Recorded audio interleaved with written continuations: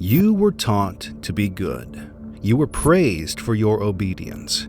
They programmed you to believe your worth as a human being depended on your ability to succeed, rewarded you for confidence, even when you were only guessing.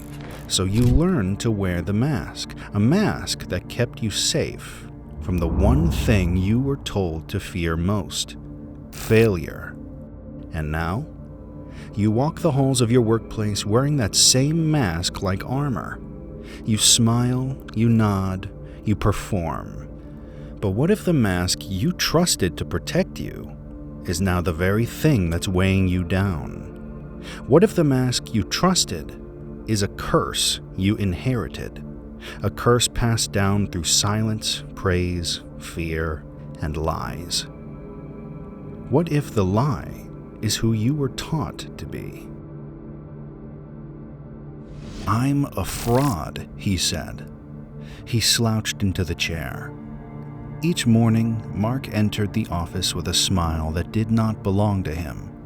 It was part of a performance, one he had perfected over the years. Polished shoes, calculated nods, well-rehearsed silence during technical discussions. But when the clients arrived, he lit up, not out of pride, but out of obligation. He feared the question he could not answer. He feared the moment the mask might slip. He told me, "I don't know why they trust me. I'm not the smartest man in the room." But I knew. The fraud he feared was not hiding in his lack of knowledge. It was hiding in his refusal to accept himself fully. Imposter syndrome, I told him, is not a sign of deception. It is the shadow's whisper, a part of you begging to be known. Mark was a consultant for a large railway firm. He had a calm voice, a careful way of listening, and the rare ability to diffuse conflict without taking sides. On paper, he was thriving. His clients trusted him, his superiors praised how he handled tense negotiations, but none of it reached him. Despite the praise, he felt like a mistake that hadn't been caught, a man fooling everyone but himself. When he sat across from engineers who spoke in models and measurements, he shrank, not visibly, but inwardly. They discussed schematics, algorithms, performance metrics. Mark would take notes, he smiled, he nodded. But beneath the surface, his thoughts raced. He felt like he was barely keeping up. "I don't know why they brought me into this room," he said. "I'm not the all-knowing expert they're looking for." What he didn't see was that his differences were his value.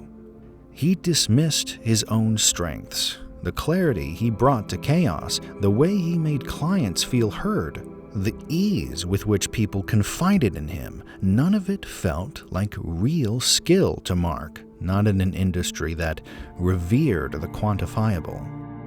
And that belief wore him down. It robbed him of rest, of joy, of pride. And that is when he came to see me.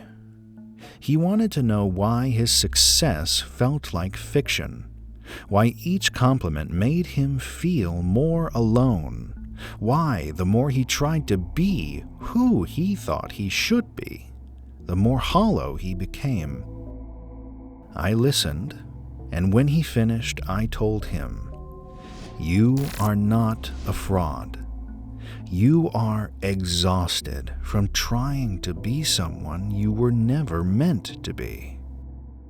Mark believed the world had been misled, that somehow, despite his best efforts to stay small, people had seen too much good in him. They thought he was confident, competent, and composed. They saw what he called potential. He called it a mistake. But I did not see a man who had deceived others. I saw a man who had deceived himself, not through lies, but through omission, by ignoring half of what made him who he was. He had built a self, carefully shaped by admiration and survival. Polished, controlled, convincing, a self that projected certainty even when none existed. This was his persona, the social mask each of us creates, not to manipulate, but to belong. The persona is not evil, it is necessary. Without it, we are raw and exposed. But when the mask hardens and we forget that we are more than its shape, we suffer. It becomes a prison made of approval. Mark's persona was the expert, the strategist, the calm, in-control consultant. His strengths had to be tangible, trackable, technical. So what did he do with the parts of himself that didn't fit this mold? He buried them. He buried his discomfort with jargon, his struggle to keep up with complex calculations, his intrusive decision-making, and his emotional sensitivity. Not because these things were weak, but because they were invisible. And what is invisible in a world obsessed with proof feels invalid. That is the beginning of the shadow. Not darkness, but denial. The shadow forms when parts of the self are exiled. Mark had not rejected his strengths. He had rejected their legitimacy. He had told himself again and again that real intelligence had to look a certain way. That to matter, it had to sound like the engineers and analysts who would speak in precision. Praise felt like pity. And each time he had read a technical document 3 times and still felt lost, he called himself a fraud. And this is where the shadow begins to speak, not in words, but in tension, in shame, in the tightness of the chest before a presentation, in the panic Mark feels when a client raises their hand to ask a technical question. He was not lying to the world. He was lying to himself about who he thought he had to be. The shadow, misunderstood by many, is not simply a container for our sins and weaknesses. It holds our unloved talents, our repressed beauty, our neglected instincts. Mark's shadow carried the quiet power he had disowned, his gift for understanding people without data, his instinct for reading a room without metrics, his ability to calm tension through presence alone. But he saw these not as strengths, only as proof that he didn't fit the mold. And so, the harder he tried to perfect the persona, the more disconnected he became. His days were spent acting, not dramatically, but quietly, in the way he prepared endlessly to avoid being caught off guard, in the way he anticipated questions, not because he was curious, but because he was terrified of saying, "I don't know." This conflict drained him, not because he was failing, but because he was divided.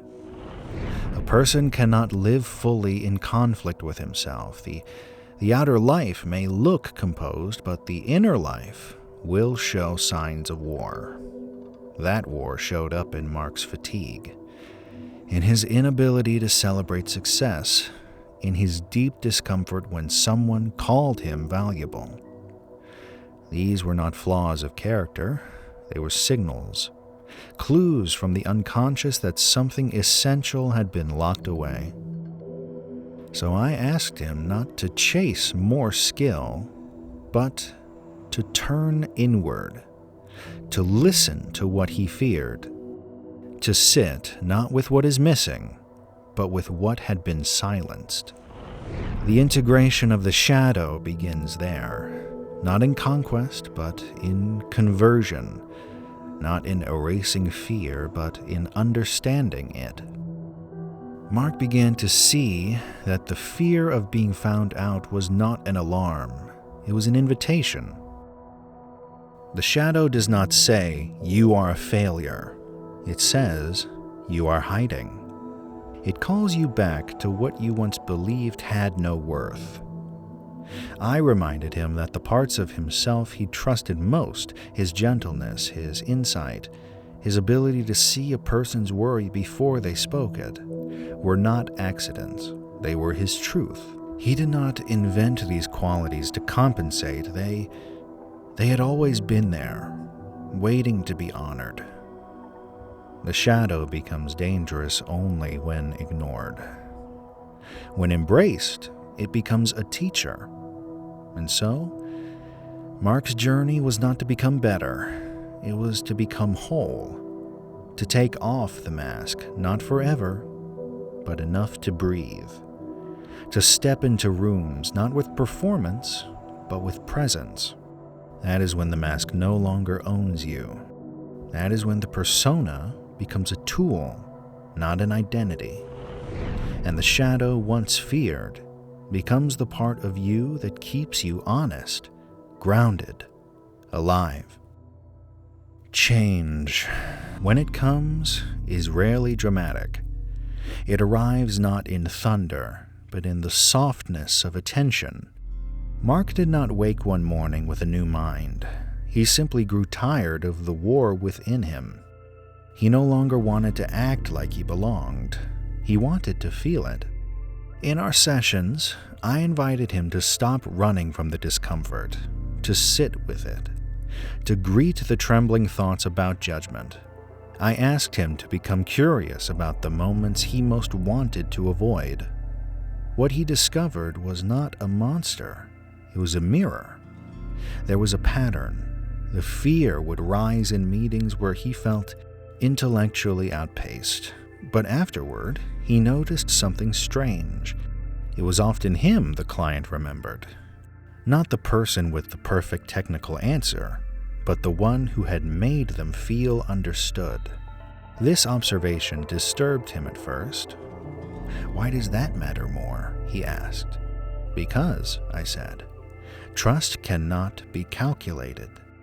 Mark began to observe himself differently, not with critique, but with compassion.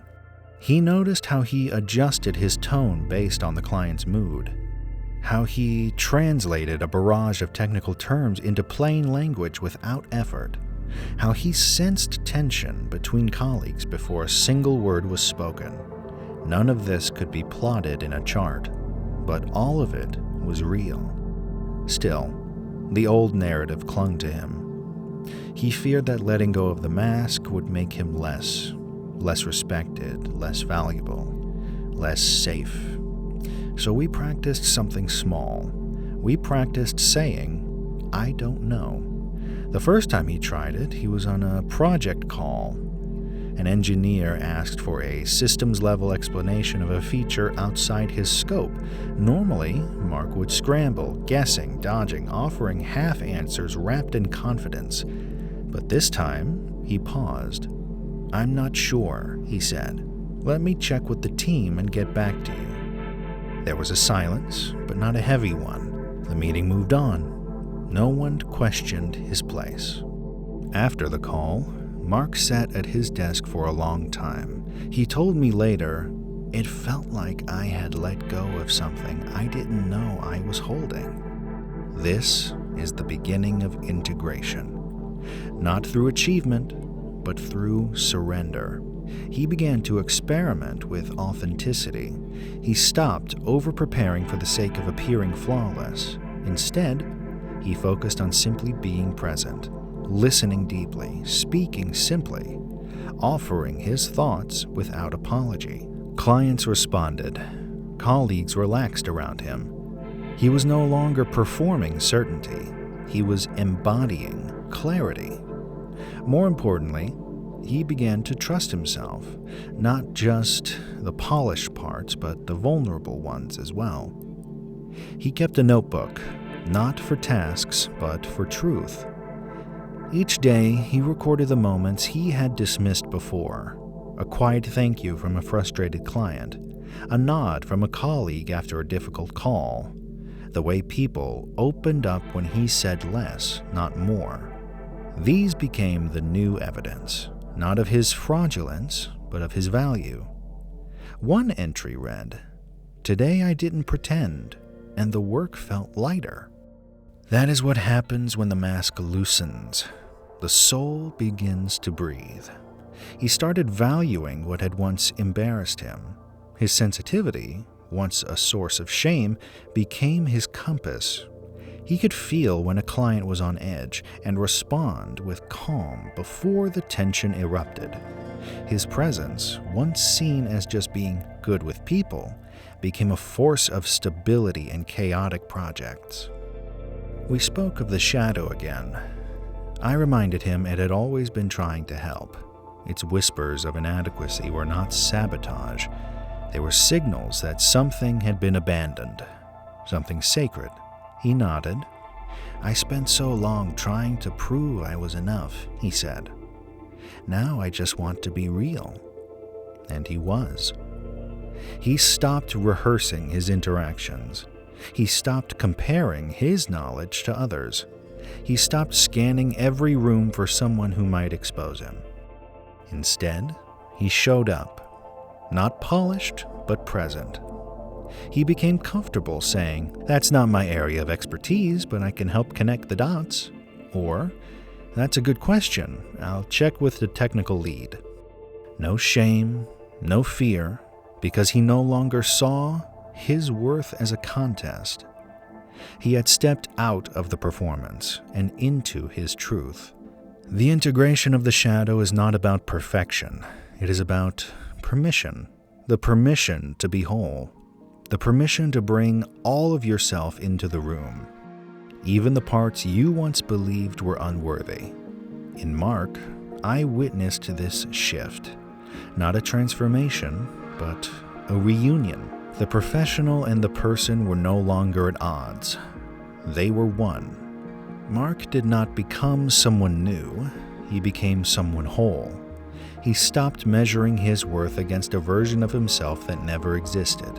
The flawless expert, the man who always knew the answer, that was a myth built by fear and maintained by comparison. Instead, he made space for the truth. He no longer panicked when asked something he didn't know. He simply answered honestly and trusted that who he was enough. The imposter syndrome faded, not because he erased all doubt, but because he stopped pretending. He let his fear be part of the room. He let his uncertainty breathe. And in doing so, he discovered a quiet power. It was not perfection that made him trustworthy. It was presence. This is the path of integration. To gather what you once rejected. To welcome what you once feared. To realize that your wholeness was never built by performance, but by acceptance. So many of us live in fragments. The mask for the world, a silence within. We wait for the moment we will finally feel legitimate, finally feel enough. But legitimacy is not granted by others. It is claimed by meeting your shadow and saying, "You belong too." I tell you now, as I told Mark then, you are not inferior. You are incomplete. And incompleteness is not a flaw. It is an invitation. When we make peace with the parts we have pushed away, we do not become perfect. We become real. And that is where fear ends, not in achievement, but in truth.